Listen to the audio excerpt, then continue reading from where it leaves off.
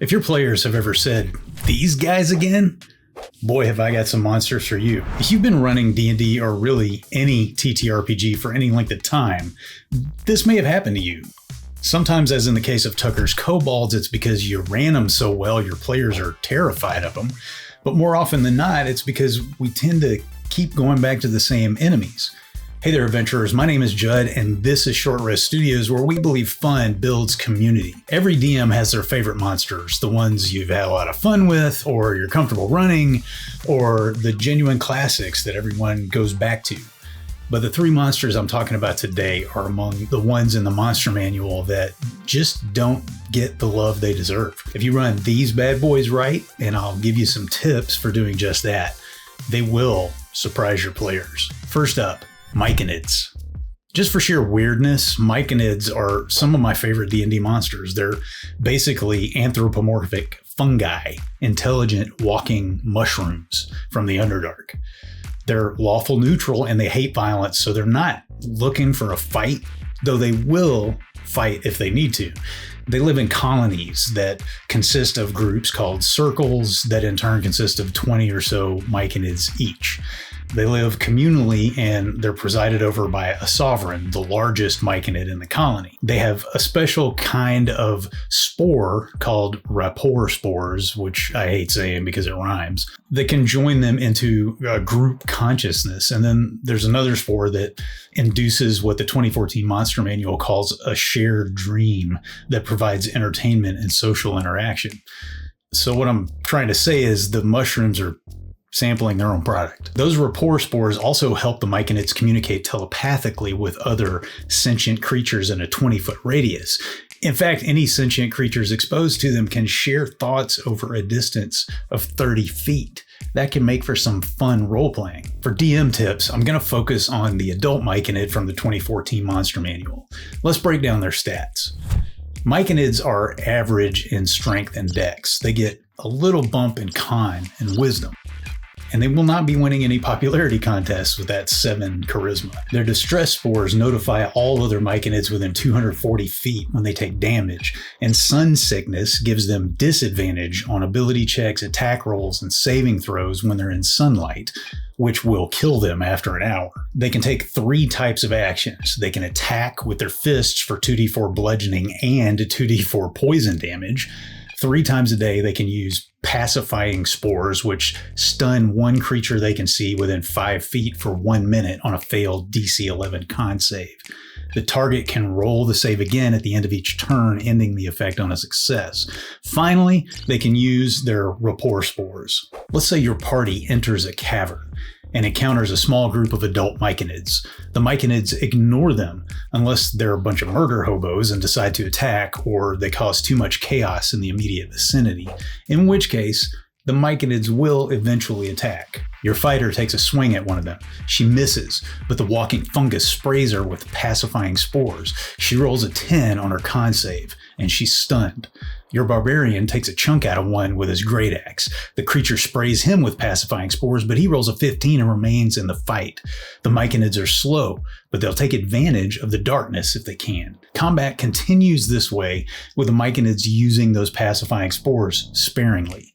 The one who stuns your fighter releases rapport spores and tries to talk the party down telepathically, but they refuse to back off because, murder hobos. On its next turn, it begins to punch the fighter with advantage, as long as she's stunned. Then in a round or two, 20 more Myconids arrive, summoned by the distress spores from their wounded friend, and the real fun starts. Keep in mind a couple things. First, if the Myconids at any point do not outnumber your party, or if they take a lot of damage or casualties, they'll probably try to get far enough away to parlay since they can't realistically run away. Second, if the Myconids started the fight because your party was causing mayhem, they'll probably stay in it as long as they can, especially if they've got your adventurers outnumbered. But if your players run away, say when those additional 20 Myconids enter the room, they won't follow, especially if they run out into the daylight. I truly believe fun builds community, and I can't build this community alone. Please consider joining the Adventurers Guild at patreon.com/shortreststudios. You can become integral to keeping the cameras rolling on this channel. And to show you my gratitude, you get access to a guild-only Discord channel, guild member shoutouts, and even a quarterly adventure seed to fuel your further TTRPG adventures. Again, please check out patreon.com/shortreststudios and help me make more fun and grow the Short Rest Studios community. Next, we've got the Troglodyte. This chaotic evil denizen of the Underdark is way underused and brings with it some real old school D&D vibes. Troglodytes are savage, degenerate, simple-minded brutes that are always at war with somebody. The 2014 Monster Manual says they mark the borders of their territories with cracked bones and skulls, or with pictographs painted in blood or dung. Yay, poop paintings. They eat whatever they can keep down. They live in the most disgusting filth imaginable. There's some lovely filth down here!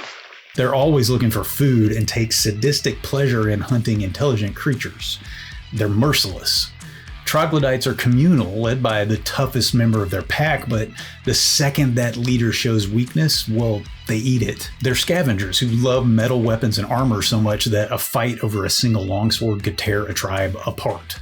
Some troglodytes worship a fat, demonic toad lizard from the abyss, whose name I can't pronounce. They just want to be as fat and happy as they think he is. I'm sensing a theme. Troglodytes are strong, really unintelligent, have a strong constitution, and absolutely no personality. Their dex is average, but they have a +2 on stealth. They have chameleon skin, which gives them advantage on stealth checks made to hide. Their stench trait is exactly what it sounds like. A non-troglodyte that starts its turn within 5 feet has to succeed on a DC 12 con save or be poisoned until the start of their next turn, but a success makes you immune for an hour. Their sunlight sensitivity gives them disadvantage on attack rolls and perception checks that rely on sight in the sunlight. Troglodyte's multi-attack gives them 1 bite attack for 1d4 +2 piercing and 2 claw attacks for 1d4 +2 slashing each. And they've got +4 to hit on all those. In my opinion, troglodyte tactics won't extend beyond waiting in ambush, which they're clearly designed to do, and then beating on you until you're dead. There are 2 reasons for this. First, they're strong and their attacks hurt, but they're really not smart. Second, the need to be seen as strong by their fellow troglodytes will probably keep them in the fight longer than they might want to otherwise. The trick is to have a large pack of them using their chameleon skin to hide and ambush a smaller party of adventurers. They've got low AC and hit points, which means the party might be able to pick some off with a couple lucky hits, but their multi-attack reduces that advantage. Your players enter a dark chamber in the heart of the cavern. A large pool of stagnant water fills the center of the room, and a faint, sickly smell rises from it. Suddenly the shadows begin to move, and an ugly, gray-green beast with bulging muscles and a face like a lizard rises from the pungent water. The party realizes only then that they're surrounded by the hideous things, which begin to attack. The troglodytes will wait until the party is in melee range to reveal themselves, and by then, it's too late. A troglodyte lunges toward the wizard, who's unable to react quickly enough. The horrible stench of the creature overwhelms him. He rolls only an 8 on his con save, and he seems to be nearly incapable of landing an attack of any kind afterward. Your rogue manages a sneak attack on one of the creatures. She seems to handle the smell better than your wizard and does horrendous damage. One of its arms hangs useless at its side, but the troglodyte won't back down. Remember, these guys will most likely fight to the death. If only one survives, it might choose to run since there's nobody there to judge it. But let's say it goes the opposite way. Your players are overwhelmed by the ambush and it looks like they're losing the fight. Maybe you want to see what they're made of, but maybe you want to inject some flavor into the encounter and give the players a tiny respite. If one of the troglodytes has taken a lot of damage, roll a morale check. If he fails, he tries to run, but then before he gets too far, a couple of his companions chase him down and start to devour him as your party is still fighting the other ones. And finally, number 3 on our list is one of my favorites for sheer psychotic creepiness, the Nothic. If you run a Nothic right, they're downright terrifying. Nothics are solitary, tormented creatures. Legend has it that they were once wizards whose obsession with arcane mysteries exposed them to a curse that was laid in ages past by Vecna himself. Nothics have no memory of their former lives. They live in the shadows, in places where magical knowledge is present. A Nothic's horrible one-eyed gaze can rot flesh, but they usually just watch creatures they come in contact with. But they also have an unnerving magical insight, which makes them privy to magical lore that they'll sell for a price, usually a magic item. It also gives them the ability to know your deepest, darkest secrets. In their madness, Nothics are consumed by the need to break the curse, but that just leads them to seek more arcane knowledge, tightening the curse's hold. Nothics are above average in every stat except wisdom and charisma. They've got decent AC, hit points, and speed, and they're very stealthy with a +5. Their keen sight trait gives them advantage on perception checks that require sight. Their multi-attack gives them 2 claw attacks every turn with a +4 to hit and 1d6 +3 slashing damage each. But if your party gets into a fight with a Nothic, the real horror is that rotting gaze. It targets a creature within 30 feet who has to succeed on a DC 12 con save or take 3d6 necrotic damage. Then to make it even creepier is its weird insight. The Nothic targets a creature it can see within 30 feet. The target rolls a deception check against the Nothic's insight check. If the Nothic wins, it learns one fact or secret about the target. Your party enters a cave. But unbeknownst to them, a Nothic skulks in the shadows. As soon as they approach within 120 feet, it knows they're there. It's curious and waits in the gloom for them to approach. Once the party comes within range of its weird insight, the Nothic extracts some deep secret about each member. The wizard killed his brother. The fighter is a wanted woman in Neverwinter. The rogue would probably be willing to sell her off for the reward. So how does this really come into play when the Nothic only speaks Undercommon, unless you have a player who speaks it too? Well, in The Lost Mine of Phandelver, there's a Nothic who can communicate telepathically, and I think this makes them infinitely creepier. The party approaches the shadows and suddenly they hear a voice that seems to come from everywhere and nowhere. Murderer. The wizard gives a visible start, and his face turns deathly pale. "What do you want?" the fighter cries. The voice comes again. "To know."